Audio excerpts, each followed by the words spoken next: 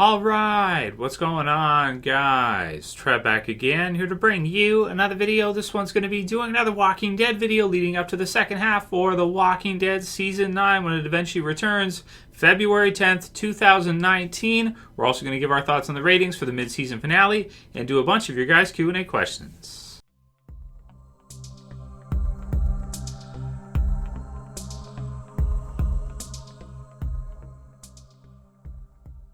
And spoiler warning if you guys are not caught up for The Walking Dead, which is up to the mid-season finale now for The Walking Dead Season 9. Alright, man, so continuing along with the almost daily videos for a little while here. I mean, you know, we're probably going to basically move it down a little bit with Walking Dead videos to probably around maybe 4 a week or 5 a week or something like that each week until it eventually returns here. So February 10th, 2019 is when it's going to return, so it's going to be a pretty long wait. We've got basically all of December, we've got all of January, and then it will be pretty much the second Sunday in February. So it's going to be a bit of a painful wait because it is going to be a while. But that said, I mean, you know, I'm really looking forward to it, and more than anything, I think I'm just so happy with how the first half of the season went that I'm pleased that I'm still looking forward to you know, seeing the second half, and I'm pleased that the second half is coming across as one that's so anticipated after seeing that mid-season finale. I really feel like they set it up just in amazing fashion to really make us, you know, want to see the rest. Is like, you know, it's kind of a cliffhanger the way they kind of ended the episode off. And the introduction of the Whispers. So, man, that was really, really cool. And it will be a bit of a painful wait waiting for this one. But, you know, it usually is for Walking Dead. However, for this one here, maybe a little bit more of a painful wait, you know, for this back half. Just because it left us off at such an exciting point. And to get to see all the rest of the Whispers and versus Daryl and everything else we're going to see looks really cool. So the ratings for the mid-season finale were actually pretty much the same, pretty much stable as they've been in the last few episodes. 4.7 was the ratings for the prior episode. That was episode 7, and then this being episode 8 was 5.10. So it pretty much did about the same as the Rick's final episode, you know, which was episode 5, and it's pretty much been trending at about that amount for The Walking Dead this half, and I think that's pretty good. To be honest with you, there's some sites that are referring to it as, you know, the lowest rated mid-season finale ever for the series, but you know, I'm feeling pretty good about it personally because I'm sitting here thinking to myself, well, you know, it's at least stabilized. It doesn't seem to be kind of dropping further. And this episode was so good that I can't help but think that when it returns next year with its second half, a lot of people are going to want to watch it. I mean, I think basically, or pretty much everybody's going to want to come back and then some. You know, once people watch this first half, they're going to be like, wow, this is really good. You know, and I can't wait to watch the second half when it comes back in February. So that's how I'm feeling about it, and, you know, I'm feeling pretty good. Logan Madder said a 5.10 rating, U.S. viewers, the worst mid-season finale or season finale ever, and somehow it will save this Drowning Show. So that was in the saved video that I did. Well, I think so. You know, personally, at least, you know, as much as I enjoyed the episode, and I did, and I know a lot of you guys did too, so I thought it was incredible. And it's basically, what I'll say is this: given the situation, it's about as good as you could probably do it. You know, it's about as good as it could be done, I think, given the case and given you know all the changes that have happened this year. But then there's also the to go along with that. Also, you know, you have kind of it being a 9-year-old series at this point. It's not a new series, so there's a section of the fan base that's still going to watch it every week and going to be faithful to it. And then, you know, basically the rest of the fan base, unfortunately, has kind of dwindled out at this point. But, you know, for me personally, I'm sitting here thinking, like, that's pretty good. And that's probably about, you know, what you would expect it to be going forward. I mean, if you look at Telltale Games, happy to hear that Skybound is going to finish the last episode for the Walking Dead game from Telltale because they went out of business, right? And what was their business? Well, you can look at the different games they did, and they did do a good number of different games. So I don't want to say the only game they had was Walking Dead, but they did like Walking Dead was probably, now I haven't seen the numbers or anything, so I'm just going to go off the top of my head here. But to me, it seemed like it was their most acclaimed game. So I'm thinking the Walking Dead game ongoing, at least for the first little while, it did really well for them, and they probably did great when it first came out and everything. And then they did like a Game of Thrones game, and they had a Batman game, I believe, too, and then some others that they did as well. But they straight up folded this this year. They went out of business this year. And again, we don't have all the details about that, but I am betting almost anything. I would bet almost anything that a lot of that has to do with the series that they were doing and they had kind of ongoing were based on these, Walking Dead, Game of Thrones, those being two of the big ones. Of course, Batman's always Batman, right? But even that is not quite as, I want to say, at the pinnacle in terms of hype as it was maybe during the Dark Knight trilogy or, this kind of thing. So things kind of come in and out. But with regards to The Walking Dead and Game of Thrones, for example, Game of Thrones is about to end. But The Walking Dead really has kind of, just over the years, the amount of episodes they've done, adding on Fear the Walking Dead, the amount of episodes and everything. What do you want to say? They went under, right? So that's what happened, unfortunately. So, and the reason why I bring that up or I'm saying that is because I think that's representative that a lot of these shows that started 9 years ago or 8 years ago, that fan base has sort of moved on at this point. Or people do get tired of things. People will play a certain video game for maybe a few months or a year, and then they'll move on to the next video game. And TV series, in a lot of ways, it's the same kind of deal. After a good number of seasons, they've seen it, they're cool with it, and they're going to move on. So, it sounds like that's a lot of what happened to Telltale is that they had these ongoing story games that they're adding on the seasons and releasing, and it's a great idea and everything. It makes a lot of sense. But what happens when one of your biggest draws loses over half of its fan base, and then you're trying to pull from a half a size pool of fan base to get your game from, and it's like, oh man, it just falls through, right? So I think that's just basically the nature of anything that becomes mega popular like The Walking Dead has. So personally, to me, I'm just sitting here thinking like, I think that was really good, and I think it was done about as well as they could possibly do it. So I'm not looking at it as something like a bad thing. I'm sitting here thinking to myself like, man, they did a great job, and this is probably about as good as they could do, given the amount of episodes they've done, the years, and all the circumstances around it. So, even if Rick was still here, it probably wouldn't really be any different. It'd probably be about the same, don't you guys think? Like, it didn't go down after Rick left, so it's kind of like, to me, it feels like it'd probably be about that, and it'd probably be about the same thing anyway, even if he was still here. So then you've got one from Bloody Disgusting, which I'll put the link to in the description. You guys can check it out. There's a petition apparently to not kill off Daryl's dog already. So apparently 40,000 signatures at the time of them posting the article. I think it was a few days ago or so. And, begging the producers not to kill off Daryl's dog. So that's really funny. And I thought I would throw that one in there. You guys can look that up and sign it if you want to. Maybe I'll do that too, because I like Daryl's dog. And I hope they don't kill him off. But please, Beta, don't kill off Daryl's dog, right? It'll be better if he keeps him. I think he's a keeper. I think Daryl should have the dog for many years to come. So let's hope, right?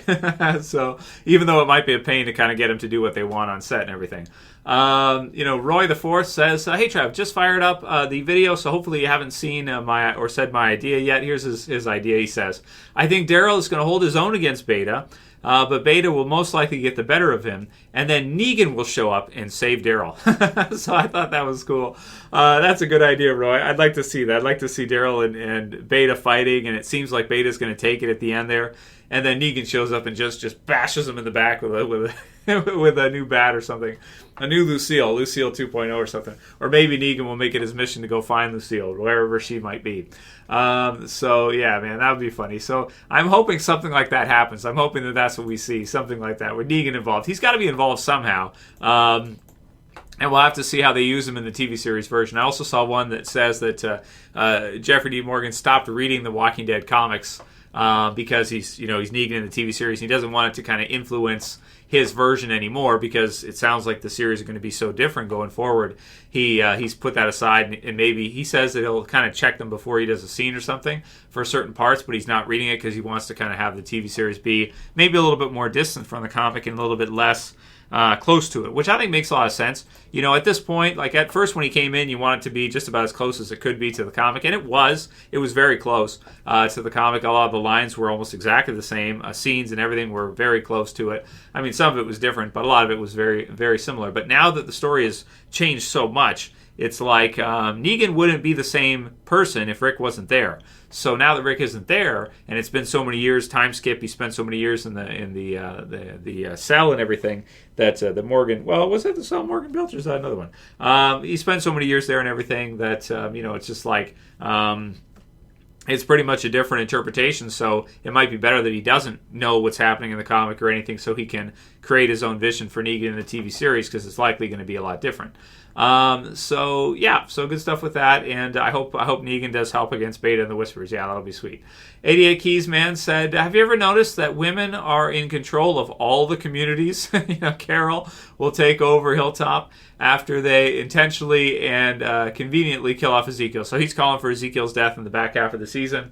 You might be right with that. We'll see. But then if that's true, you're right. It'd be Michonne, basically Michonne, because even you can say Gabriel's quite a bit at the forefront, but it's Michonne, I think. Michonne, you've got Tara, and then if you count, of course, the Oceanside's all women, so Sophie there or whoever, maybe it could be, or Cindy is her name, or maybe it could be somebody else at this point. And then if you say the kingdom is run by, Carol if Ezekiel's dead, and then of course there's Alpha too, so it's all women up top.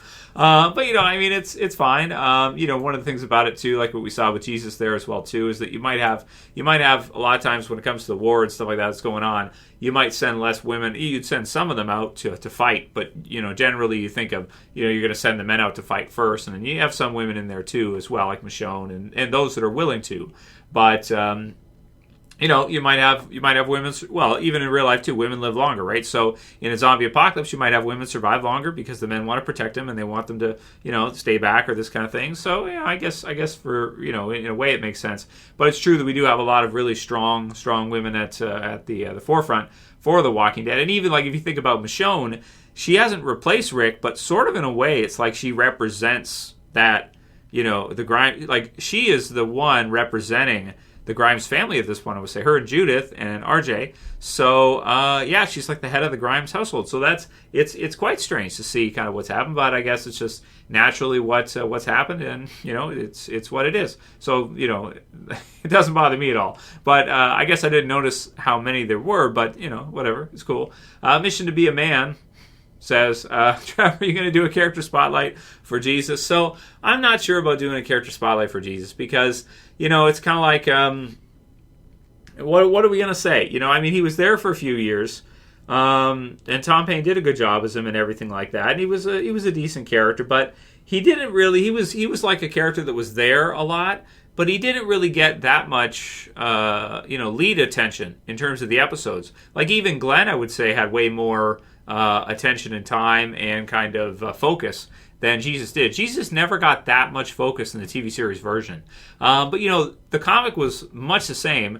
And the funny thing about a TV series is if he'd have survived on longer here, if he'd have continued on longer, then he probably would have gotten that chance that he wanted, because of course there's more space in the TV series now because you don't have Rick there. So, but again, one thing about The Walking Dead is that it's a type of series where they have so many characters, and not every character is going to be in every episode. So certain people are going to want to move on to do other stuff because they're not going to be at the forefront all the time. So that's just kind of the way it is. Like if you look at Scott, for example, from Alexandria, aside from him being in one episode earlier, maybe I don't know if he's been in more than one episode, but I don't think he's been there the whole rest of the season pretty much. Maybe a couple episodes the whole half, right? So it's like, you have this job Walking Dead, but sometimes they're only going to use you for like 2 episodes a half, or like maybe 4 or 5 episodes for the whole season. And so some people might be okay with that, other people might not. And I think Jesus gets more than that, but still, maybe he just wasn't, didn't get enough for what he wanted, so he decided he wanted to move on, and they kind of, wrote it in, or they used it for what they wanted, or who knows? I'm not sure. I'll have to look through the interviews and see what it sounds like, but, from what I've heard, that's what it sounds like, is that he kind of wanted to leave, so they wrote it into where it makes sense. And it did make a lot of sense. I thought it was really good in the way it was handled. And everything, but not everybody did. Some people didn't like it, so not everybody liked the death, but you got to bring the Whispers in strong, and they did that. YouTube viewer 12 says, Trevor, just want to let you know, after every episode of The Walking Dead, I instantly come to your channel after. I watch them a day late due to work schedule, so by then, you've got like 3 vids. Keep it up. So thank you guys. Yeah, thank you for YouTube viewer 12, and thank all of you guys who come to the channel after you're done watching the you're done watching the episodes. That's the goal. That's what I try to do, is I try to basically, I'm here every Sunday. I watch the episodes of Fear and of the original Walking Dead and any other series I really, cover every episode for. And then we do the review. We do predictions for next week. We do at least usually one Q&A video within the day. So that's kind of my plan for the channel and what I want to keep on doing. That's what I've been doing since season pretty much season 1 or season 2. You know what I mean? At least doing a review right after the episode, probably since season 1. So yeah, we'll just keep right on doing that. And thank you guys for tuning in right away after you watch and everything. That's really cool. Or after Talking Dead or whatever. I do appreciate it. Kekus Vault says Tara's head on a spike when? So just a lot of people want Tara. I don't know why. There's also some sites that pointed out that I forget, was it Forbes or something, that she's carrying Rick's hatchet. So if you guys didn't notice that, there's that. There it is. So as she's walking, she's carrying Rick's hatchet. So that's kind of cool. So just heads up for that if you didn't catch that. I didn't catch it right away until I saw it in Walking Dead news. And then the last one will be from Pixels of Pixels, who says, Henry. So Henry is pretty much confirmed to be getting Carl's relationship with Lydia. This should be interesting. So yeah, Henry. Well, we can't really say it's confirmed. I mean, it looks like it. It certainly looks like it's being set up, and it looks like that's the way they're going, and they probably will. That's probably true. It's not confirmed, but it's very likely that's what they'll do. But it could be different from the comic version. You don't know. Obviously, the character is going to be different because Carl's dead. But when she's talking to Daryl in the trailer, she comes across as like this maniacal, like crazy, like thing. So I don't know how that would meld with Henry, because Henry's not exactly Carl. Henry's quite a bit different than Carl, but he might be depressed because, of course, Enid is with Alden, so he may be kind of sad because maybe he looked forward to that for a while, and then he found out this was going on, and now he's like, oh, damn it, she's with him, so he might be depressed. So maybe if you have Lydia make an advance on Henry right now, maybe it'll work. So we'll see. So he's certainly, his life is pretty interesting right now, and he's getting a lot of time. So the actor who's playing him, the older brother of the younger one who played him, before the time skip, at least that's what I heard it was, is going to be getting lots of time as Henry probably going forward. He's going to be an important character, so good for him. So that's great opportunity, I suppose.